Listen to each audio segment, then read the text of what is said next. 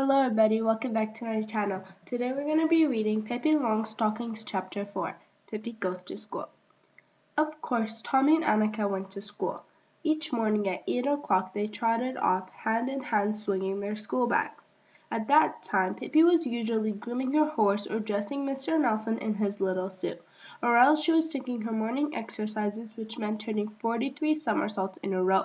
Then she would sit down on the kitchen table and utterly happy drink a large cup of coffee and eat a piece of bread and cheese. Tommy and Annika always looked longingly toward Vilvilacoola as they started off to school. They would much rather have gone to play with Pippi. If only Pippi had been going to school too, that would have been something else again. Just think what fun we could have on the way home from school, said Tommy. Yes, and on the way to school too, said Annika.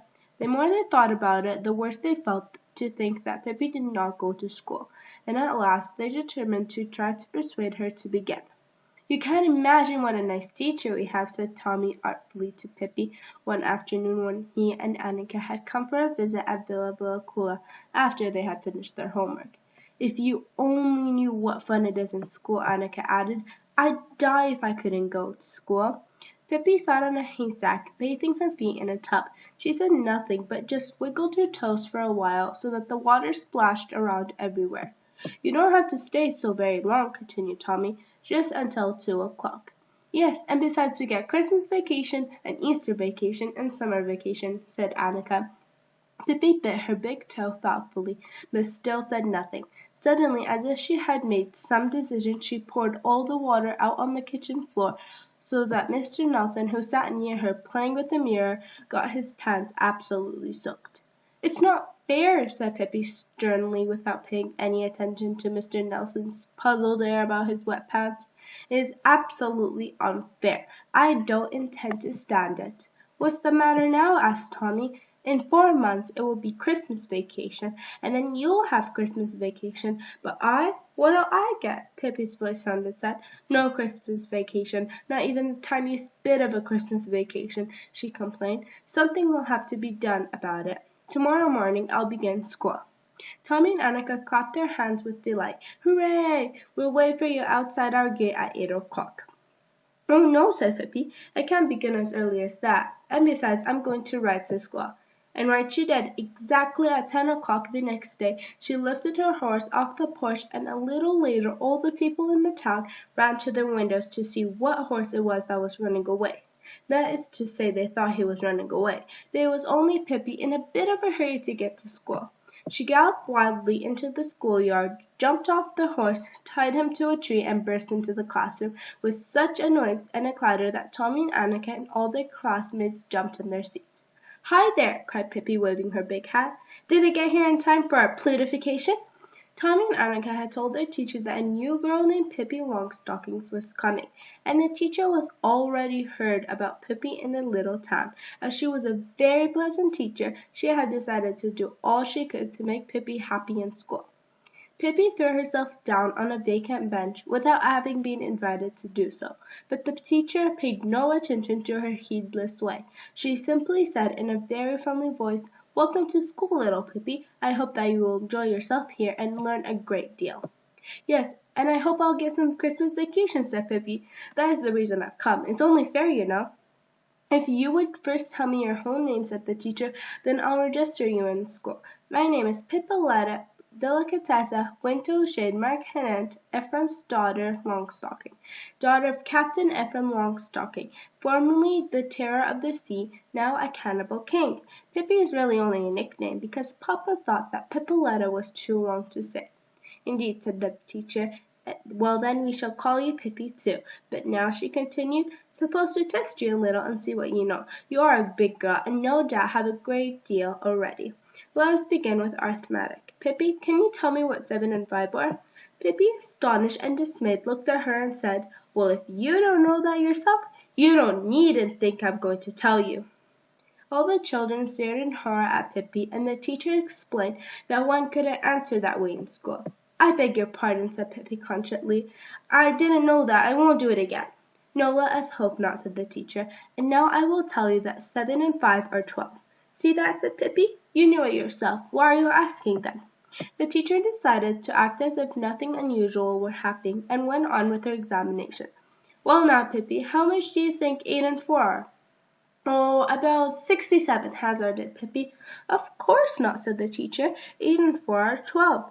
Well now, really, my dear little woman, said Pippi, that is carrying things too far. You just said that 7 and 5 are 12. There should be some rhyme and reason to things, even in school. Furthermore, if you are so childishly interested in that foolishness, why don't you sit down in a corner by yourself and do arithmetic and leave us alone so we can play tag? The teacher decided there was no point in trying to teach Pippi any more arithmetic. She began to ask the other children the arithmetic questions. Can Tommy answer this one? She asked. If Lisa has 7 apples and Axel has 9 apples, how many apples do they have together?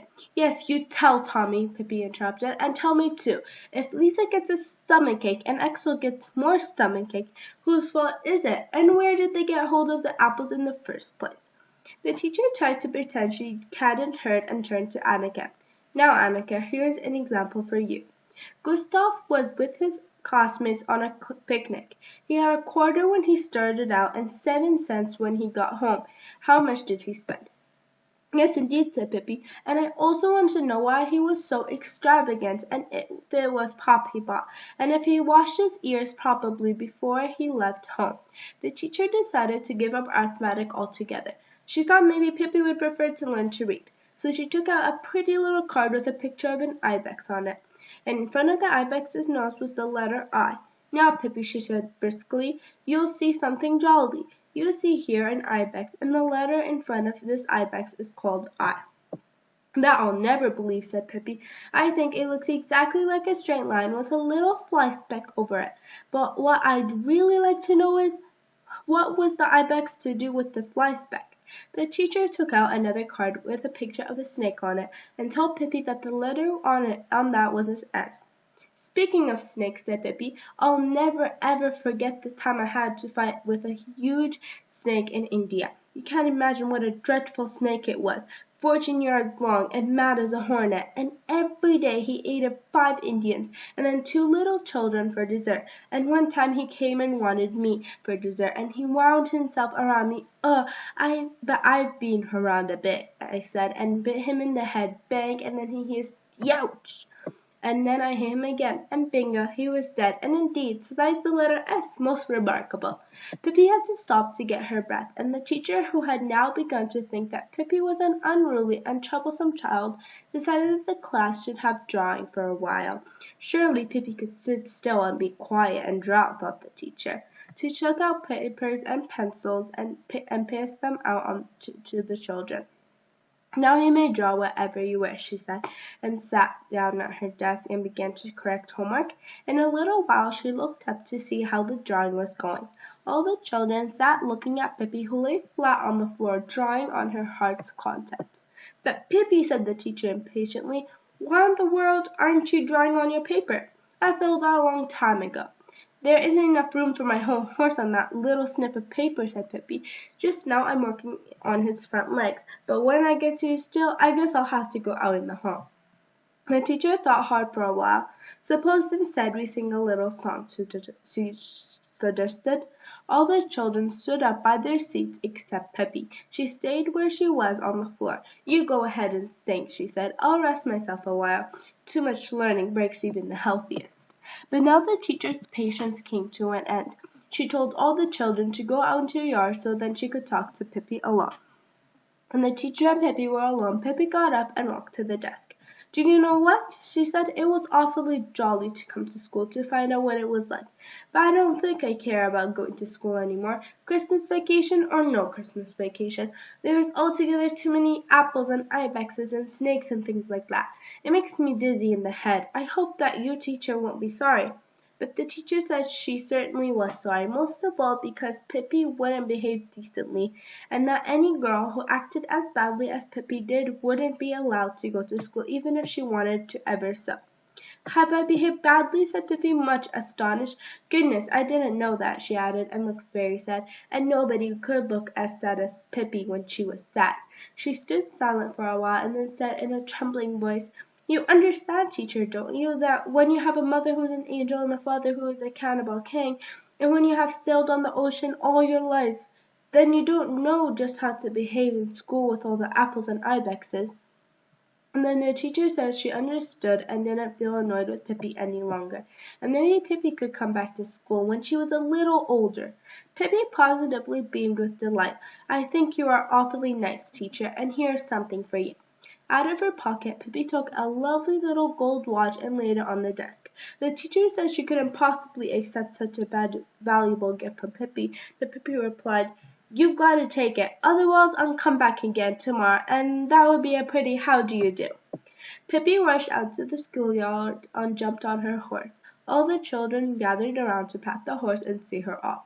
"You ought to know about the schools in Argentina," said Pippi, looking down at the children. "That's where you should go. Easter vacation begins 3 days after Christmas vacation ends, and when Easter vacation is over, there are 3 days, and then it's summer vacation. Summer vacation ends on the 1st of November, and you have a tough time until Christmas vacation begins on November 11th. But you can stand that because there are at least a no learning. It is strictly against the law to have lessons in Argentina. Once in a while, it happens that some Argentina kids sneak into a closet and sit there studying a lesson. But it's just too bad for him if his mother finds out. Arithmetic they don't have at all in schools, and if there is any kid who knows what 7 and 5 are, he has to stand in the corner all day. That is, if he is foolish enough to let the teacher know that he knows. They have reading on Friday, and then only if they have some books, which they never have." "But what do they do in school?" asked one little boy. "Eat caramel," said Pippi decidedly. "There is a long pipe that goes from a caramel factory near by directly into the schoolroom, and caramels keep shooting out all day long, so the children have all they can do to eat them up." "Yes, but what does the teacher do?" asked one little girl.